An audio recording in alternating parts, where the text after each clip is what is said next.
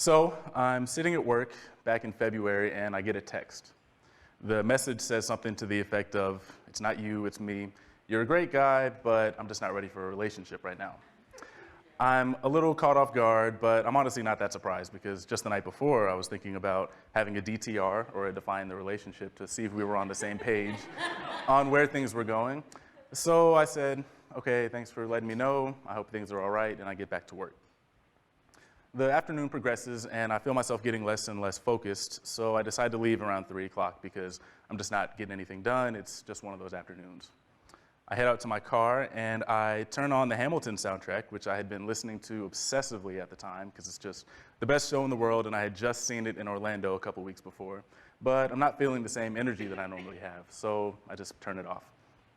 I get driving for about 10 minutes or so. I'm just driving in silence, and right after I get off of KSC property, I start crying. I wipe away the tears and I literally out loud say, "What is going on?" But I knew what was going on. I could just feel myself getting heavier and heavier. I cried on and off when I was home over the next couple of hours, and I actually ended up driving about an hour round trip to visit a friend because I just didn't want to be alone that whole night. I get home later that evening, and I've leveled off a little bit, but I'm still left asking, what just happened and how did I get here? Now, breakups are hard. That's no new concept. But I was really surprised by the weight of the emotional bricks that had just fallen on me. Yes, I had been dumped over text, which is pretty rough, but it felt like I was grieving a much more substantial loss. See, this came at a time in my life when I felt like I was finally able to just relax and enjoy life for a little bit instead of working so hard all the time. The previous years had been, there had been a lot of fun moments, really joyful moments, but there were a lot of really painful moments as well. Moments when I questioned who I was and where I belonged, moments when I questioned my worth, and moments where I had to look in the mirror and face sides of me that I had never seen or acknowledged before. But the special thing about those couple of years is that I was finally doing what I now like to call the work. I was asking myself questions that I've always been too afraid to ask in the past. I was opening the door for conversations that had been left unresolved or just unspoken for more than half of my life at the time. And I was looking for the answer to that big question that I think everybody gets to at some point or another, which is, why am I here? So today I'm going to share a bit about those years leading up to that text, and hopefully by the end you'll agree with me that the work is worth doing, and you'll understand why I've decided to trademark that phrase. So I grew up in San Antonio, Texas, a city with good food, warm people, and warm weather. Growing up, my idea of cold weather meant anything below 60 degrees, which I think everybody here in Florida can relate to. So I was a little taken aback when I moved to the Bay Area in Northern California for college and learned that the weather there stayed between 40 and 75 pretty much year-round, which doesn't sound that bad, but I was always really annoyed because even on the warmest days, it would always get down to 50 at night. So you could never wear shorts, you always had to have pants, and I just complained and complained because it was too cold. So imagine how I felt during my senior year when I got my second grad school rejection letter, and I realized that the only chance that I had of getting the master's degree that I felt I really needed was to go to school in Michigan. I didn't know much about Michigan, but I did know that it was cold. Not relative cold like I had grown up with, but objective cold. Like the state looks like that cold. Like when you walk outside on a windy enough day and the temperature is below 0 degrees, your eyeballs feel cold. I didn't even think that was possible, but apparently it is. But I knew that I needed this degree. I really wanted it. I felt like it was necessary to get my career started where I wanted it to go. So I packed up my things and I moved to Ann Arbor. It should come as no surprise that grad school was hard. I mean, like grad school is just a hard thing between balancing classes, figuring out funding, having to TA a lab class that took up about 10 to 12 hours per week, and just trying to be a fully functioning human. There were times when I didn't know if I was going to finish, which was kind of a new feeling for me. Even though undergrad was hard and it had its own unique challenges, I never thought I was going to quit. Like it never even crossed my mind. But this was different. That being said, I knew that I needed this degree, so I just kept pushing. I said, you've got to do this work so you can get that expensive piece of paper, so you can get the job you want.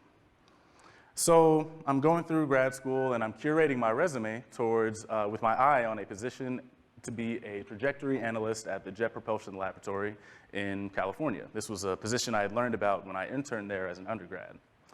I had taken a couple of orbit mechanics classes at the time, and I thought it was just the coolest thing in the world because you could use math, a tool that works really well with the way that my brain works, to make art, to design the path from one moving celestial body to another in order to learn more about our planet and our solar system. But unfortunately, I just never found my way in there. The opportunities just weren't there at the time. So, excuse me. So as I approached graduation, I took a job with a defense contractor like a good aerospace engineer does. And I get ready to move to Maryland this time.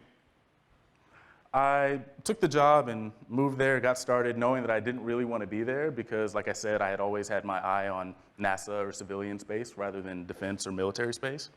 But it was good money, it was a good company, and I knew that it was going to give me the experience that I would eventually need to get the NASA job that I really wanted.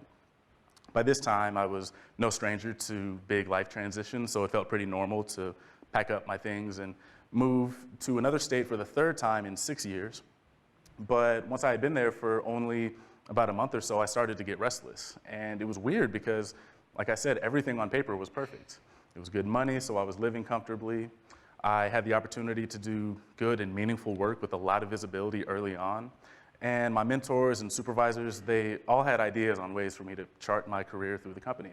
But my problem was that I just didn't want to chart my career with that company. And I also had some grievances with just the work environment and some of the people I was around, so I just didn't like being there. And that was kind of a new feeling for me as well. In the past, I had moved into new environments and found my place, even if it was not exactly what I wanted, and even if it was something that made me uncomfortable. But this was really different. I was really fighting when it came to this job. It was like every week was a different struggle.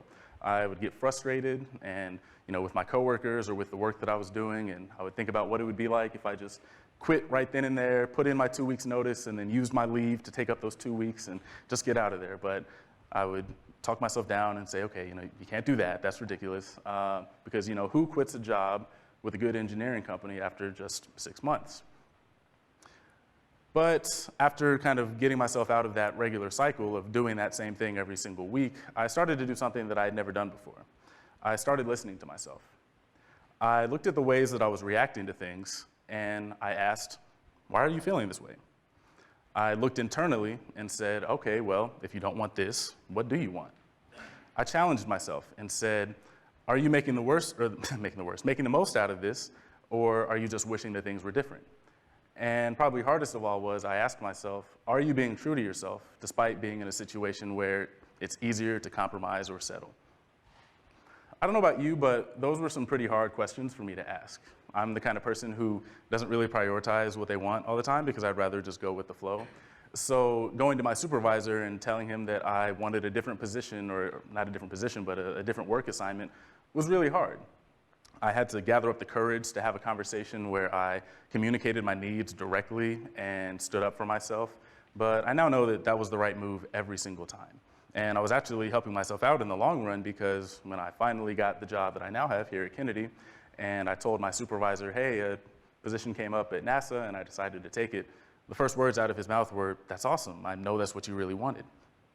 And my project lead at the time, who I had never even talked explicitly with about how I really wanted to work for NASA and I've always had these aspirations to be an astronaut, he said almost the same thing. He said, I'm really happy for you because I could tell that you were starting to get a little antsy. So this was when I realized that all of that internal work I was doing was worth it because it was helping me align with my authentic self. And the cool thing was that people could actually see that alignment happening.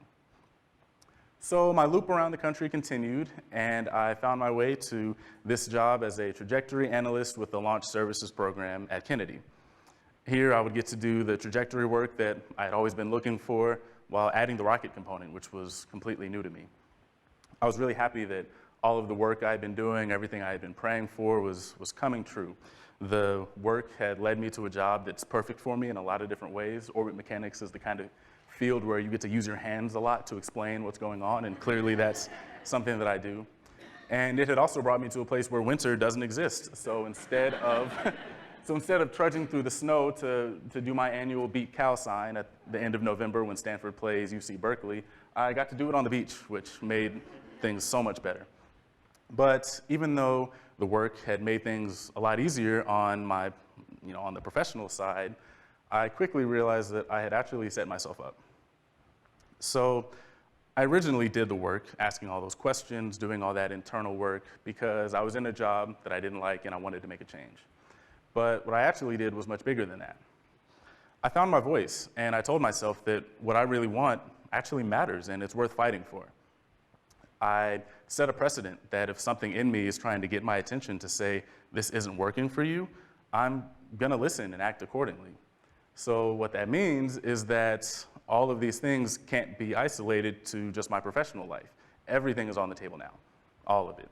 Anything that's been left unresolved from the past that has implications for the present, any future decisions, they're all subject to the work. I just have to do it now that I know that it's a thing I can do. I can't just dance through life mindless and careless anymore. So you know what that meant for my first couple of years here in Florida? It meant that I had to do more work, this time with the help of a therapist, multiple spiritual mentors and guides, books, podcasts, all these different resources, because now the focus was on my personal life, my relationships, my family, and my faith. When trips home to San Antonio were emotionally exhausting, I was just visiting family, and it would always be kind of a thing that weighed down on me. I asked myself, why are you feeling this way? And I was finally able to begin processing the immense grief I had been holding after my parents divorced more than 10 years ago.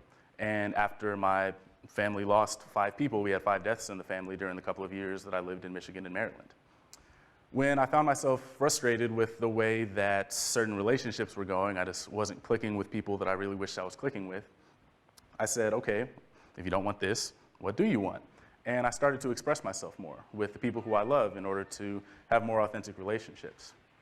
And when I came to see that the church that I had been attending, volunteering at, and even singing at, I was on the worship team, was not a place where I could openly and honestly go through the process of understanding and accepting my sexuality, I had to ask myself, are you being true to yourself, despite being in a situation where it would be easier to compromise?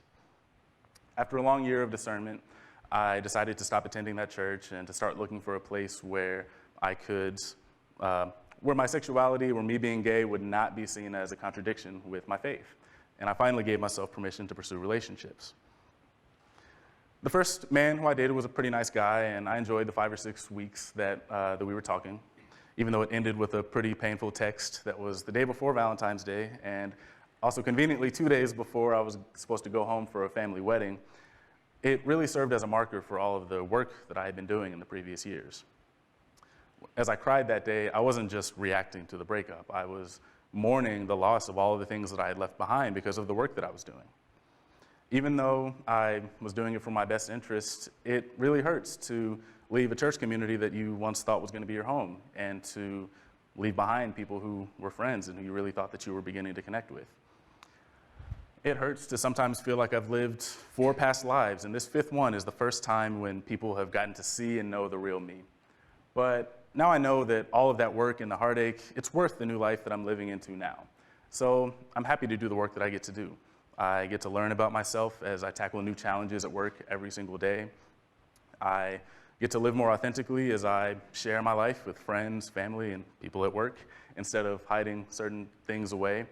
And I even get to do more fun work, like learning how to maintain this afro that I've been growing for almost a year and a half, because anybody who has this kind of hair knows it is work. And my favorite part, which is also the most annoying part about it, is that in all of those different venues, the same questions keep coming up. When I go to my therapist and we talk about the things that have been, places where I've been stuck, the things that are bothering me, it almost always comes down to the same question. What do you want? And I sit back and the question rattles around in my brain and I'm like, I don't know, you tell me what I should want. But going through that cycle just helps me realize that paying attention to that question is just part of the work that I have to do if I want to build a career and a life that I can be proud of. And if I really want to, be the change that I want to see in the world. So as I leave you today, I encourage you to take those same steps as well. Find the questions, the places that you've avoided due to fear, anxiety, or pain, and do the work of wrestling with them. I can't guarantee you that it'll always feel good, because it won't. And sometimes it'll feel like it'll never end. I think that's really just what life is, improving every day. But I can guarantee you that this work is worth doing. Thank you.